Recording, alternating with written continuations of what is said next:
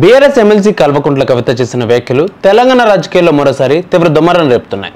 ఆమె తండ్రి పార్టీ అధినేత కేసీఆర్ కు రాసిన వ్యక్తిగత లేఖ లీక్ కావడంపై తీవ్ర ఆవేదన వ్యక్తం చేశారు కవిత.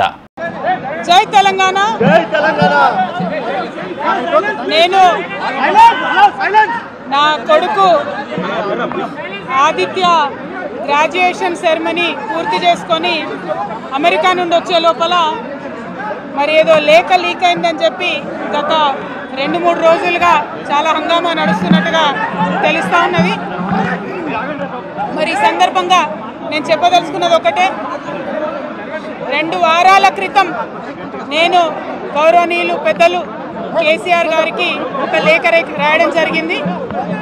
నేను ఈ విధంగా కేసీఆర్ గారికి ఇదివరకు కూడా నా ఒపీనియన్స్ ఎప్పుడున్నా కూడా లేఖ ద్వారా చెప్పడం జరిగింది. అయితే ఈసారి నేను మొన్ననే చెప్పున్నాను, కుట్రలు కుతంత్రాలు జరుగుతూ ఉన్నాయని. నేను చెప్పిన కొద్ది రోజుల్లోనే మరి నేను అంతర్గతంగా కేసీఆర్ గారికి రాసినటువంటి ఉత్తరం బహిర్గతం కావడం అన్నది, ఇది మరి ఏం జరుగుతుందో అన్నది పార్టీలో ఉన్నటువంటి మనందరం, తెలంగాణ ప్రజలందరూ కూడా ఆలోచించుకోవాల్సినటువంటి విషయం.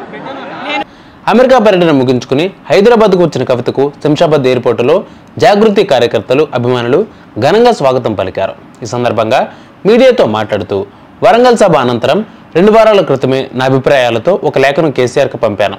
లేఖ ఎలా బయటకు వచ్చిందో అర్థం కావడం లేదని, దీని వెనుక కుట్రలు, కోవట్రులు హస్తం ఉన్నట్లు అనుమానం వ్యక్తం చేశారు కవిత. ఆ లేఖ పూర్తిగా అంతర్గత అంశాలపైనే ఉంది. ఎలాంటి వ్యక్తిగత ఎజెండా లేదు. కార్యకర్తల మనోభావాలను మాత్రమే వ్యక్తం చేశానని తెలిపారు. కేసీఆర్ దేవుడు లాంటి వ్యక్తి, కానీ ఆయన చుట్టూ కొందరు దయ్యాలు ఉన్నారని తెలిపారు.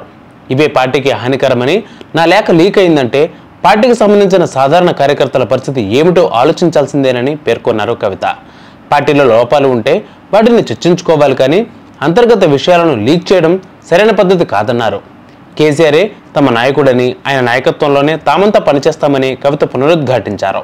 నేను కేవలం పార్టీలో ఉండేటటువంటి అన్ని స్థాయిలో ఉన్నటువంటి నాయకులందరూ అనుకుంటున్నటువంటి విషయాలు, దాదాపు సగం తెలంగాణ నేను ఈ సందర్భంగా ఈ మధ్యలో టూర్ చేసినటువంటి సందర్భంలో తెలంగాణ ప్రజలు అనుకుంటున్నటువంటి విషయాలను మాత్రమే నేను పెద్ద ఎత్తున చెప్పడం జరిగింది తప్పితే నా పర్సనల్ ఎజెండా ఏమీ లేదు. నాకు వ్యక్తిగతంగా ఎవరి మీద ద్వేషం లేదు, ఎవరి మీద ప్రేమ లేదు. కానీ నేను రాసినటువంటి లేఖ చాలా అంతర్గతంగా పార్టీలో మా నాయకుడికి రాసినటువంటిది. అటువంటిది బహిర్గతమైందంటే మరి దాని వెనుక ఉన్నది ఎవరు అన్నటువంటిది ఆలోచించుకోవాల్సినటువంటి సందర్భం. I have return to my father Shri KCR garu feedback which I got from every stature of the leader from our party and from Telangana people broadly 2 weeks back. I have always written to my father at various stages. Whenever I needed to give him any feedback, I have always written to him.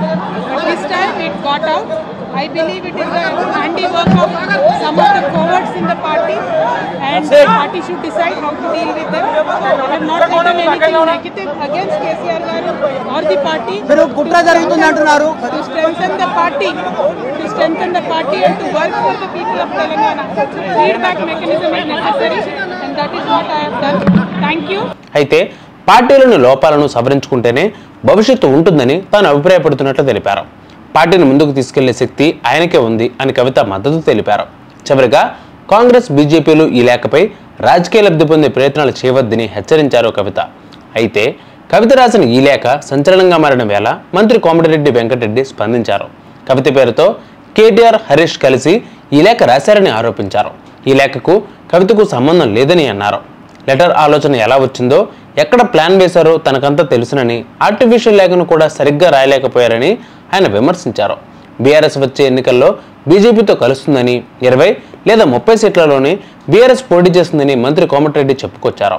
KCR కుటుంబంలో కలహాలు అనేది పెద్ద drama అని, 100 ఏళ్ళైనా సరే కేసీఆర్ కుటుంబం కలిసే ఉంటుందని మంత్రి కోమటిరెడ్డి పేర్కొన్నారు. మరి మీరేమనుకుంటున్నారు? ఇదంతా కలిసి ప్లాన్ చేసిన కుట్రే అంటారా? కామెంట్ చేయండి.